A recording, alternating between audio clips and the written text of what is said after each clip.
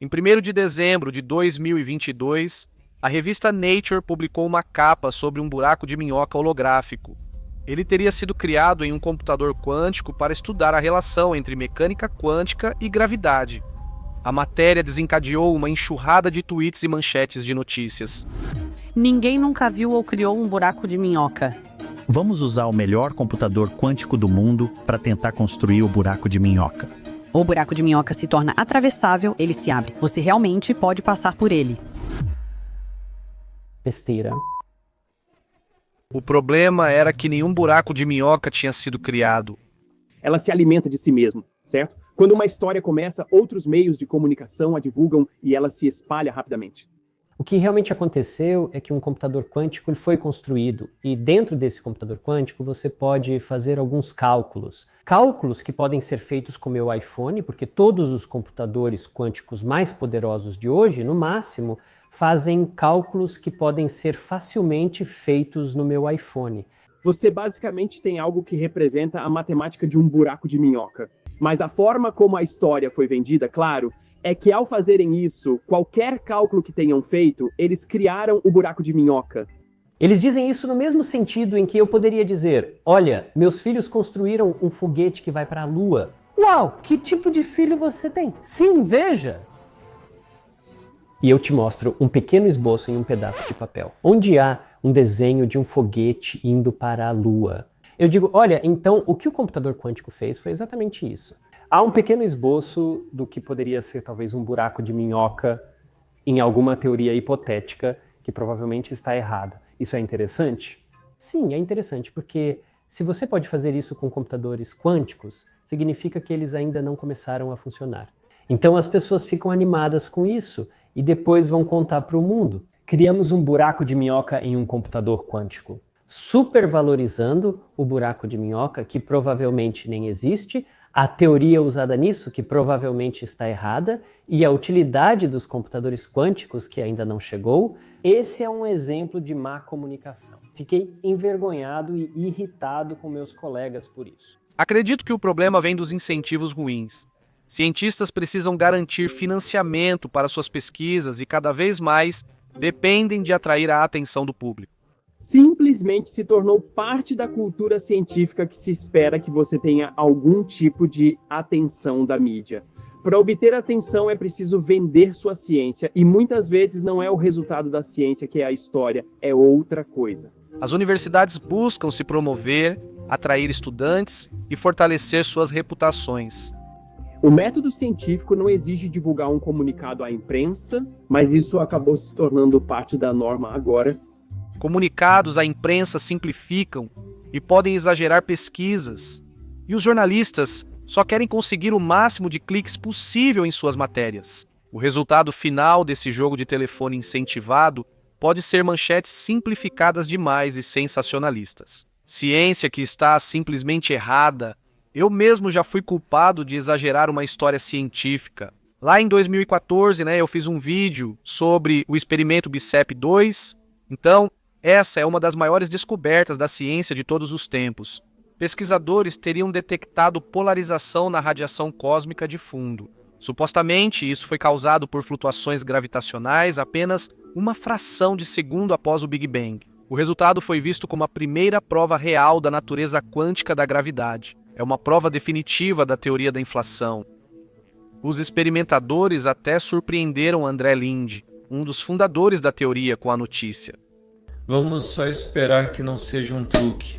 Eu sempre vivo com esse sentimento. E se eu for enganado? E se eu acreditar nisso só porque é bonito? Infelizmente, observações posteriores indicaram que era provavelmente poeira na nossa galáxia, e não ondas gravitacionais primordiais causando a polarização na CMB. Então eu tirei meu vídeo do ar, e até hoje fico cauteloso ao fazer vídeos sobre notícias científicas de última hora. Como qualquer tipo de notícia de última hora, há uma grande probabilidade de que os primeiros relatos acabem estando errados. Há apenas alguns meses, um artigo foi publicado no servidor de pré-impressão Archive, alegando ter descoberto o primeiro supercondutor à temperatura ambiente e pressão ambiente. Isso novamente desencadeou uma enxurrada de atenção da mídia. Um avanço monumental, supercondutor a temperatura ambiente, LK99. Um dos avanços científicos mais importantes do século XXI. Se a descoberta fosse real, teria sido algo grandioso. O supercondutor a temperatura ambiente ainda é um sonho. Porque se funcionasse, mudaria tudo, certo? Transmissão de energia e essas coisas. O mundo seria diferente se funcionasse. Mesmo antes das tentativas de replicação falharem, já havia indícios claros de que a afirmação era falsa. No único gráfico publicado mostrando a resistividade em função da temperatura, a resistividade não caiu para zero como você esperaria na suposta temperatura crítica. Em vez disso, ela continuou a diminuir abaixo desse valor. A escala de resistividade foi apresentada em unidades de 10 elevado a menos 2 ohms/centímetros. Nessa escala, qualquer condutor pareceria ter resistividade zero. A resistividade do cobre é cerca de 10 elevado a menos 6 ohms/centímetros. Um vídeo mostrou o material aparentemente levitando acima de um ímã permanente em uma suposta demonstração do efeito Meissner. Mas nesse mesmo vídeo, o material também gruda no ímã, algo que um supercondutor não faria. Por fim, este gráfico mostra que, nos últimos 100 anos, cientistas descobriram materiais com temperaturas críticas cada vez maiores. Mas até agora, todos os materiais de maior temperatura só superconduzem em pressões muito altas. Para um supercondutor de temperatura ambiente e pressão ambiente, precisaríamos de um salto na temperatura crítica de cerca de 125 graus Celsius. Isso é muito. Isso levanta a questão de que resultados mais inesperados e surpreendentes atraem mais atenção.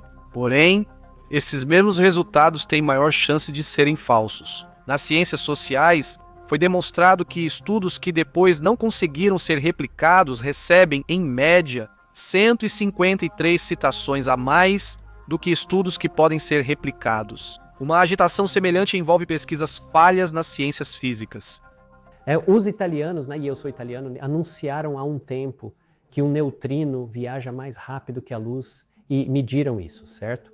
E acabou que era um plug que não estava encaixado direito e por isso toda a máquina não estava funcionando bem. Quando a verdade é descoberta, raramente recebe tanta atenção quanto a descoberta original. As consequências todos diziam, isso não funciona, não parece certo, esse material não faz o que dizem que faz. Esse tipo de coisa acaba sumindo no fundo e não recebe a mesma atenção da mídia. Existe um ditado apropriado que diz que uma mentira pode dar a volta ao mundo enquanto a verdade ainda está calçando os sapatos. Mas esse ditado talvez precise ser atualizado na era das redes sociais, quando as mentiras agora têm uma vantagem ainda maior. Você acha que é um problema maior agora do que costumava ser? Devo admitir que acho que está piorando. Acho que há uma sensação de que você precisa mudar o mundo para ser notado pela mídia. Exagerar descobertas científicas pode passar uma impressão errada sobre o funcionamento da ciência. Se aquela última descoberta de que ouvi falar for falsa, o que mais pode não ser verdade?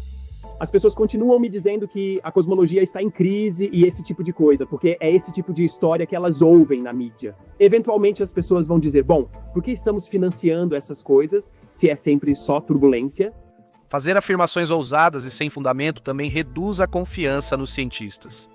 Então estamos ampliando um pouco a conversa aqui. Não se trata apenas de notícias isoladas. Acho que existem campos inteiros que são supervalorizados. Campos inteiros da ciência que são supervalorizados? Sim. Mas não são realmente legítimos. Ou é tudo só conversa fiada, ou o que era? Não é só conversa fiada. Fusão está em alta nas notícias, muita gente acha que está perto. Startups e pessoas recebem bilhões de dólares. Exato, não sei onde estamos nisso. Novamente, não é minha área. Mas houve um anúncio específico. Quando foi? 1 ano atrás? Eu lembro desse anúncio, sim. Cientistas realizaram uma fusão nuclear que produziu mais energia do que consumiu. Um avanço para aproveitar o mesmo tipo de energia que alimenta o Sol e as estrelas. Simplificando, este é um dos feitos científicos mais impressionantes do século XXI, certo?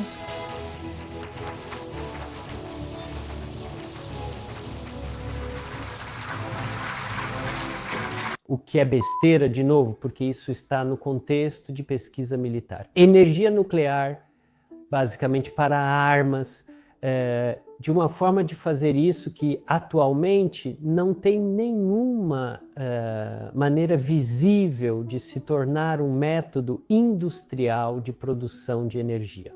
Sim, não há como medir. Não há como aumentar a escala disso. São só lasers em uma pastilha. Só, você sabe, uma coisinha. Então você a comprime enormemente e basicamente ela explode.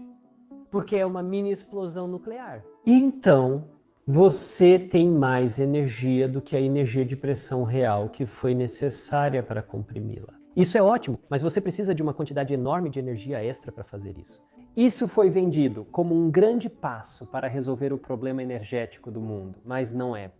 Lá em 87, a fusão já existia. Já comentavam sobre isso como se estivesse perto. Só precisamos de mais 20 anos de trabalho e vamos conseguir. E temos exatamente a mesma história hoje com os experimentos atuais. A ciência é interessante e podemos dividi-la basicamente em duas categorias. A primeira é um corpo de conhecimento estabelecido e a outra são especulações, possíveis verdades sem evidências sólidas ainda. E como pode haver uma infinidade de ideias ruins e apenas uma verdade, a maioria dessas especulações provavelmente está errada. No entanto, pela forma como certos temas são tratados na mídia, às vezes não dá para saber se são conhecimento estabelecido ou apenas especulações. Há muitos livros dizendo que entendemos o mundo pela teoria das cordas. Isso não é verdade. Não compreendemos que a teoria das cordas descreve o mundo. Nós temos uma teoria tentativa muito interessante, que é a teoria das cordas, que teve alguns sucessos e alguns fracassos. E isso é interessante. Se você quiser falar sobre essa pesquisa, fale sobre essa pesquisa. Mas não diga às pessoas que isso é o que aprendemos sobre o mundo. Uma pergunta que eu tenho é: como a gente faz, como a gente supera o exagero em torno da ciência? Porque parece que o sistema é feito para recompensar o exagero. Isso beneficia jornalistas pelos cliques e cientistas por dinheiro ou atenção. Então, eu não sei. Fico meio curioso se, uma solução é possível. Sim, eu acho que existe uma. E é exatamente o que você está fazendo ao comentar sobre o risco de criar expectativas exageradas. Se eu posso sair por aí e dizer: meu computador quântico produz um buraco de minhoca e ninguém fala nada, isso é um problema. Se falarmos sobre o risco de exagerar, se falarmos sobre o risco de apresentar ideias, teorias, resultados radicais que são muito, muito preliminares, como se fossem sólidos, então meio que nos imunizamos contra essa tensão. A ciência não é apresentada no noticiário como o esporte é apresentado no noticiário, certo? No final do jornal você tem 10 minutos de esportes, onde vão comentar que alguém chutou uma bola em um campo, algo não tão importante. Então você recebe um resumo completo, vários detalhes do que está acontecendo. Mas para conseguir uma matéria de ciência, tem que ser algo revolucionário, tem que ser uma grande história. O que muitos cientistas gostariam é dessa visão mais ampla do fato de que toda empreitada está avançando, certo? Que há muitas coisas acontecendo e que com certeza saberemos mais amanhã do que sabemos hoje, mas não é assim que isso é abordado pela mídia. No fim, quase todos são incentivados a sensacionalizar descobertas científicas. É importante lembrar disso sempre que ouvir uma notícia científica na televisão. Resultados surpreendentes e ainda não replicados independentemente tendem mais a estarem errados do que certos. Mesmo assim, sigo convencido de que a ciência é o melhor caminho para a verdade. Quero dizer, claro, no curto prazo, alguns buscam destaque ao apressar a análise, exagerar resultados ou evitar revisão por pares. Mas a longo prazo, isso não vai te fazer ganhar o prêmio Nobel. Afirmações ousadas, erros e becos sem saída desaparecerão no esquecimento. E só a ciência sólida, que é rigorosamente testada e validada de forma independente, é o que entra para o corpo aceito de conhecimento.